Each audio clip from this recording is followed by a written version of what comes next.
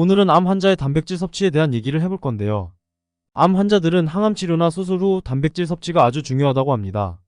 그렇기 때문에 병원에서 단백질 처방을 해주기도 한다는데요. 대개 우유와 고기를 많이 먹으라고 추천해주기도 한다는데요. 그러나 이게 무조건적으로 맞다고 보기 힘들 수 있기에 암 환자들이 먹으면 좋은 단백질과 피해야 될 단백질에 대해 이야기해보겠습니다. 슬쩍 구독과 좋아요 부탁드립니다. 안녕하세요.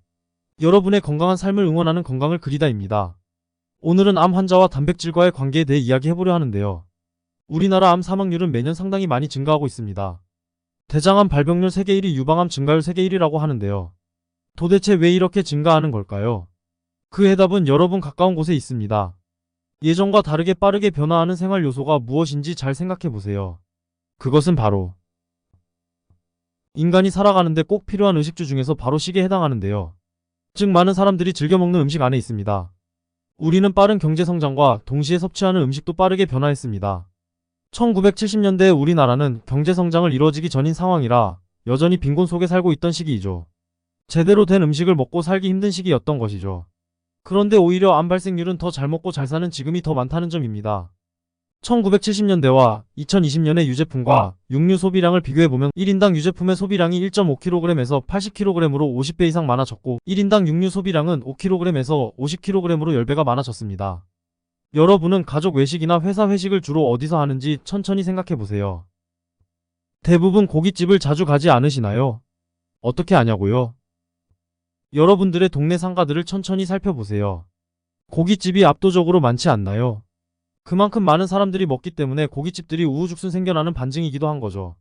그렇기 때문에 짧은 시간 동안 많은 사람들이 즐겨 먹는 음식의 변화가 문제가 될 수 있다는 겁니다. 사실 고기는 이미 국제암연구소에서 발암물질로 지정을 해놓았습니다. 가공육, 햄, 베이컨, 핫도그, 소세지와 같은 것들만 발암물질인 줄 알았다고요? 이것들은 인체에서 발암을 유발시킨다라고 확정적으로 말하고 있고요. 최근 돼지, 소, 양과 같은 적색육도 인체에서 발암을 일으킬 수도 있다고 추정하고 있습니다. 그렇기 때문에 항암 치료를 받거나 암 수술을 한 사람이 고기를 먹기에는 위험 부담이 있을 수 있습니다. 앞서 언급했듯이 예전에 우리나라가 못 살았을 때의 기억 때문에 어른들은 아프면 고기 먹으면 낫는다라는 얘기를 많이 하죠. 그러나 지금까지 잘못된 얘기들을 하고 있었던 것 같습니다. 그리고 또 이것을 보세요. 돼지고기, 소고기, 닭고기 100g당 단백질은 20% 내외로 함유되어 있습니다. 그런데 식물성 단백질을 보면요. 김에는 38%, 검은콩에는 35%, 팥, 깨, 퀴노아에도 20%가 함유되어 있다는 거죠. 단 땅콩은 먹지 마세요. 땅콩은 암을 전이시킨다는 논문들이 있기 때문에 약간 찝찝하니 피하시는 게 좋습니다. 이걸 보면 발암을 유발한다고 추정되는 고기만을 고집할 이유가 있을까요? 제 지인이 혈액암에 걸려 항암 치료를 받았었던 적이 있거든요. 그런데 그때 해조류 액기스를 매달 사서 먹었던 기억이 있습니다. 가격은 상당히 비쌌던 걸로 기억하지만 지금은 완치되어 건강히 잘 생활하고 있거든요. 이걸 보고 고기 섭취보다는 오히려 식물성 단백질이 더 좋다고 믿고 있습니다. 그렇다고 고기를 아예 먹지 말라는 건 아닙니다.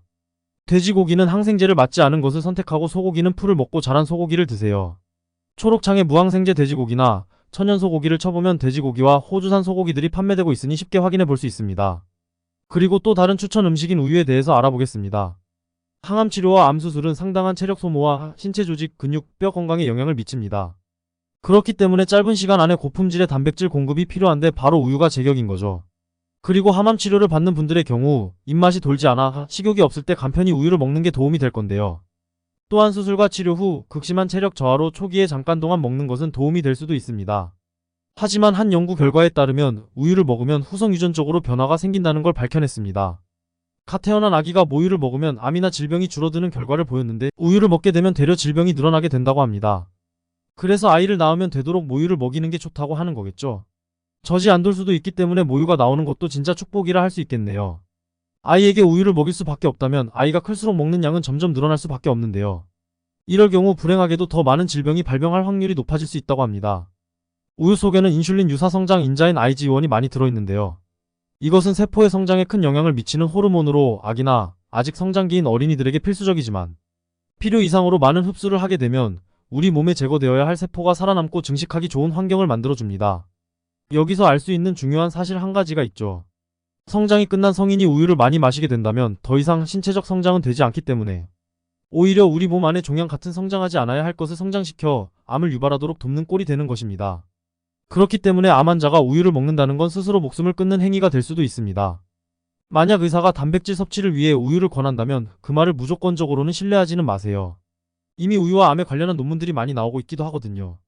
여성 유방암 환자의 경우 에스트로겐을 억제하는 항호르몬제를 복용하는데 우유에는 에스트로겐이 많이 함유되어 있습니다. 그런데 우유를 많이 마시면 어떨까요? 약을 먹는 의미가 없지 않을까요? 그렇다면 우유가 어떤 암에 특히 영향을 많이 주는지 궁금해지시죠? 우유는 호르몬성 암들에 많은 영향을 준다고 합니다. 대표적인 호르몬성 암에는 여성은 유방암이 있고 남성은 전립선 암이 있습니다. 남성이 우유를 많이 먹게 되면 전립선 세포의 성장을 도와주게 되는 거고, 여성이 우유를 많이 먹게 되면 에스트로겐 수치가 높아져서 합병증이나 암의 재발, 암세포 성장에 도움을 주게 돼서 오히려 악영향을 미치게 되는 거죠. 또 중국의 한 연구 따르면 성인이 유제품을 많이 먹으면 림프종 암, 난소암에도 좋지 않다고 발표하기도 했습니다. 그런데 사실 우유는 모든 암에 좋지 않을 수 있다고 합니다. 그 이유는 어떤 암이든 그 세포를 더 성장시켜주기 때문이죠. 반드시 알아두시면 좋을 것 같습니다. 다음으로는 항암 치료나 수술 후 음식을 잘 먹지 못해 급격히 체력이 떨어져 병원에서 제공하는 케어푸드가 있다고 합니다. 메디푸드라고도 불린다고 하는데요. 캔에 들어있거나 쉐이크식으로 되어 있는데 이 속에는 우리 몸에 필요한 탄수화물, 지방, 단백질, 비타민, 미네랄 등을 한 번에 섭취 가능하도록 만들었다 합니다. 그런데 이 필요 성분을 맞추기 위해 싼 재료를 사용하고 먹으면 안 좋은 옥수수 기름, 설탕, 카제인, 나트륨, 수익콩 등의 성분들도 다량 포함되어 있다고 하니 잘 확인해보세요. 그렇기에 장기간 먹는 건 추천드리지 않고 수술 직후 초기에 영양분 공급이 원활해지기 전까지만 먹고 다른 좋은 음식으로 대체하는 게 좋습니다. 그럼 도대체 암 환자나 항암 치료를 받는 사람들은 어떤 음식을 먹는 게 좋을까요? 여기서 중요한 점은 단백질을 한 번에 많이 섭취하지 말고 소량씩 자주 섭취해주는 게 좋습니다. 우리의 몸은 하루에 적정 단백질의 양을 보충하면 되는데 그것을 넘어서거나 한 번에 너무 많이 섭취하게 되면 오히려 암세포 성장에 도움을 줄 수 있으니 주의가 필요합니다. 이 점 유의하시고 첫 번째 추천 음식은 콩입니다. 검은 콩이 최고죠. 앞에서 봤듯이 콩에는 단백질이 풍부합니다. 그리고 콩 중에 병아리 콩이라고 있는데 다이어트 식품으로 각광받고 있는데 샐러드에 넣어 먹기도 좋고 수프로 만들어 먹으면 좋다고 합니다. 만약 입맛이 없다면 콩물을 드셔도 되고 첨가물이 적은 두유를 먹는 것도 좋은 방법이 될 수 있으니 첨가물표를 꼭 참고하세요. 그런데 콩으로 만든 두부는 간수에 중금속이 포함되어 있을 수 있으니 잘 확인하고 드시고, 수입산 콩은 GMO 콩으로 유전자 조작이라 국내산으로 드시길 추천드립니다. 두 번째는 김, 다시마, 파래, 매생이와 같은 해조류입니다. 앞에서 지인이 항암 치료 때 해조류 액기스를 먹었다고 얘기해드렸는데 오히려 고기보다 해조류에 더 단백질이 풍부하게 들어있습니다. 그리고 비타민과 미네랄도 풍부하고요. 다만 중금속에 노출되어 있을 수도 있고 요오드가 들어있어 갑상선이 안 좋거나 요오드에 민감하신 분은 주의가 필요합니다.